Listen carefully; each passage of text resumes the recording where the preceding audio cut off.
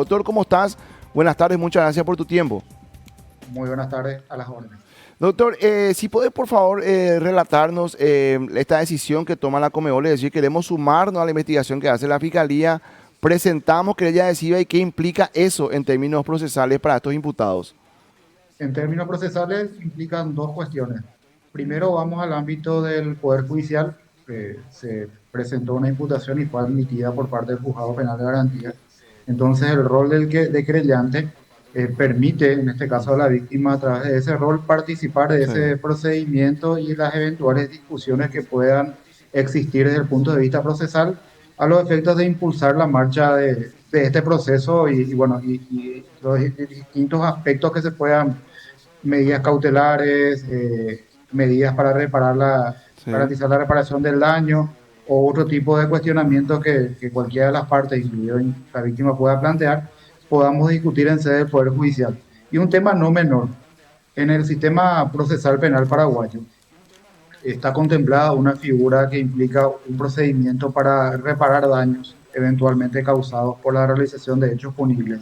Y en el sistema procesal penal paraguayo, ese procedimiento de reparación del daño en sede penal solamente lo puede impulsar una persona que tenga el carácter de querellante. Sí. Entonces, es uno de los motivos también de presentarse en el marco de este proceso si eventualmente ocurren condenas, la Conmebol va a ejercer su derecho resarcitorio en sede penal. Claro, Y por el lado de lo que implica la investigación del Ministerio Público, el rol de querellante también permite impulsar actividades también de investigación al Ministerio Público, por ejemplo.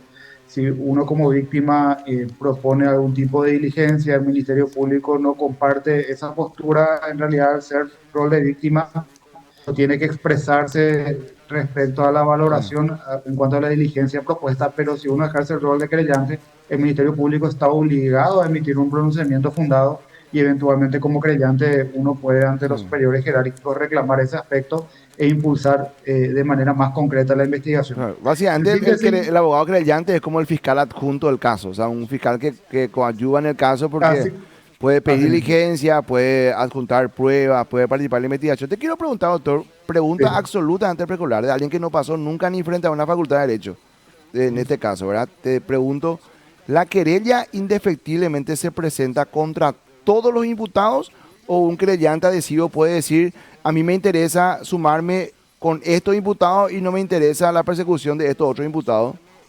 Sí, hay que recordar que si bien uno individualiza muchas veces el proceso penal respecto a, estamos acostumbrados en Paraguay a partir del procedimiento escrito que tuvimos durante muchos años, a veces uno piensa que un proceso penal es un expediente y en realidad no. Un proceso penal es una persona a quien se le atribuye determinados hechos y esos hechos se considera que podrían ser punibles. ¿Eso qué significa? Dentro de un expediente pueden haber varios procesos penales. Entonces, Sí, uno como creyente se puede ir sumando a determinado tipo de circunstancias respecto a esta persona, o inclusive respecto a una persona, decir una porción de hechos sí, otra porción de claro. hechos no. Entonces, claro que eso está determinado, que eso decide el creyente. Sí, y en el caso de ustedes, ¿cómo es? Del total de imputados, la querella se presentó contra, adhesiva contra. Del total de imputados, la Conmebol decidió en este momento, por lo menos a este momento, el de impulsar la querella respecto a todos los que participaron en los procedimientos desarrollados en el Banco Atlas. Mm, Hay que recordar, la Fiscalía cuando imputa todo un proceso de circunstancias que sí, abarcan el fideicomiso. El fideicomiso determina que los CDA conforman un patrimonio autónomo que estaba a cargo del banco. Nicolás Leo entrega la propiedad de esos certificados de depósito de ahorro y adquiere derechos mm, fiduciarios en lugar de esto, y a partir de ahí ya se configura una porción de los hechos punibles, pero a su vez todos estos bienes fueron utilizados en el mm, marco del fideicomiso, el banco obtuvo ganancias y que también son hechos punibles, y luego, en cumplimiento de lo pactado con Nicolás Leo, luego de su fallecimiento, esos bienes los entrega a sus herederos, que son terceros. Toda esta secuencia previa y todo aquello que están vinculados con esta secuencia hasta la entrega a estos terceros, la Conmebol formuló querella.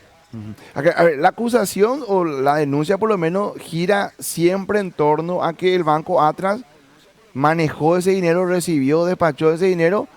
Ya hay que poner un poco en el calendario, en la coyuntura del calendario, de hecho, doctor. ya era de público conocimiento que Leos estaba siendo investigado internacionalmente. Ese es el eje, ¿verdad? Hay dos momentos claves respecto a estos recursos económicos. Un año clave es el 2013. Sí, En el año hasta el 2002, o sea, en el 2012, Nicolás Leo apertura, voy a hablar de la porción en dólares americanos, que es la porción de monto mayor. Nicolás Leo apertura su cuenta en dólares americanos en el Banco Atlas en el 2011. En ese año hace un depósito en efectivo reconocido por el propio banco de $400.000. Junto al margen, el banco no hace ninguna actividad de guía de diligencia respecto a esos $400.000 en efectivo ni los reporta. Año 2012, depósitos de Nicolás Leo en su cuenta en dólar americano del Banco Atlas, cero. Ningún depósito, ningún dólar americano tenía disponible. Llamativamente, entre comillas, Nicolás Leo en el año 2011 y sube de tono en el 2012 y ni qué decir en el 2013, toda una serie de publicaciones respecto a hechos irregulares, ilícitos realizados por este, que le generó ganancias y que inclusive iban a ser, por un lado, objeto de investigación por parte de la justicia suiza, por otro lado, objeto de procedimientos de investigación por parte de la propia FIFA. Ese es el motivo por el cual Leo en abril del 2013 renuncia a FIFA y Conmebol. Estaba rodeado de esta serie de circunstancias.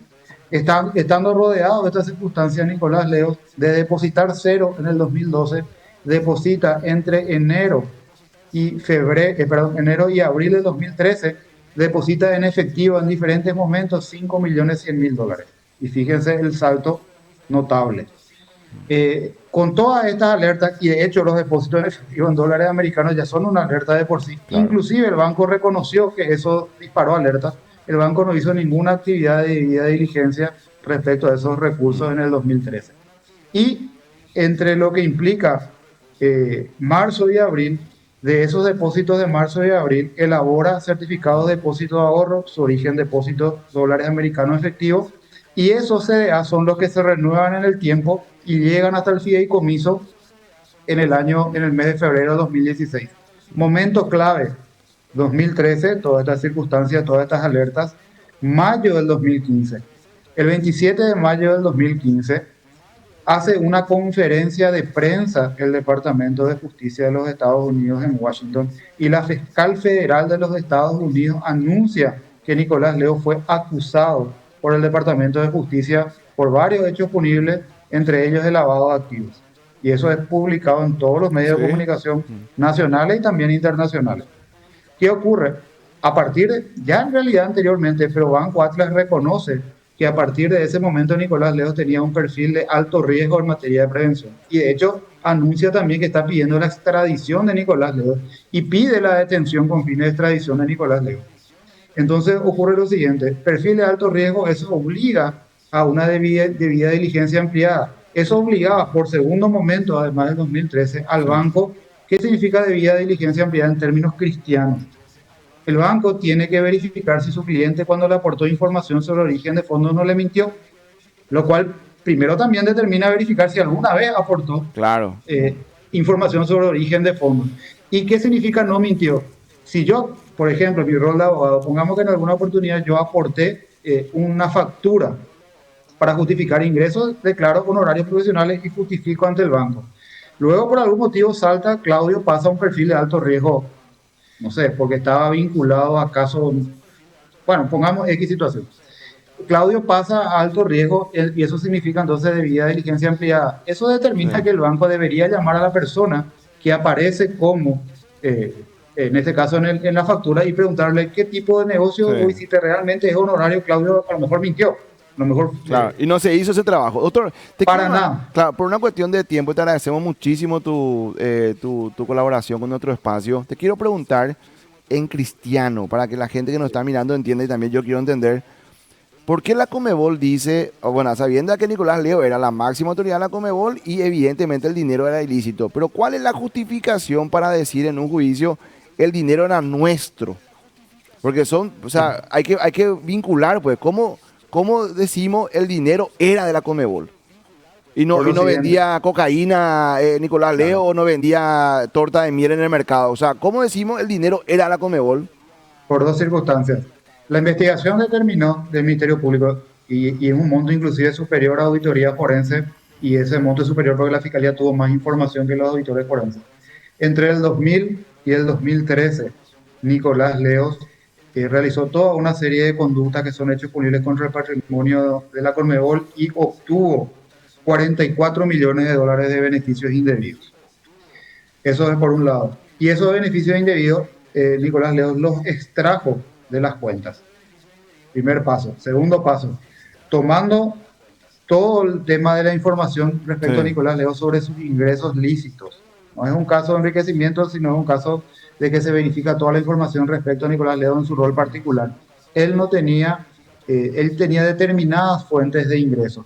Dentro de esas determinadas fuentes de ingresos, para nada estaba un volumen de ingresos por Ah. sus actividades que esté relacionado con esos 5.100.000 dólares que introdujo en el Banco Atlas. Entonces, ¿eso qué quiere decir? Las capacidades de Nicolás Ledo de tener disponibles esos recursos en efectivo solamente se conectan con los perjuicios patrimoniales a A la la Conmebol. Conmebol por Sí. 44 millones de dólares. Excelente. Entonces recuperar una parte nada más es lo que perjudicó. Doctor, son muy amable. Muchas gracias por el tiempo y bueno, vamos a estar atentos también a cómo transcurre estas investigaciones. Muchas gracias. ¿Cómo no? Saludos.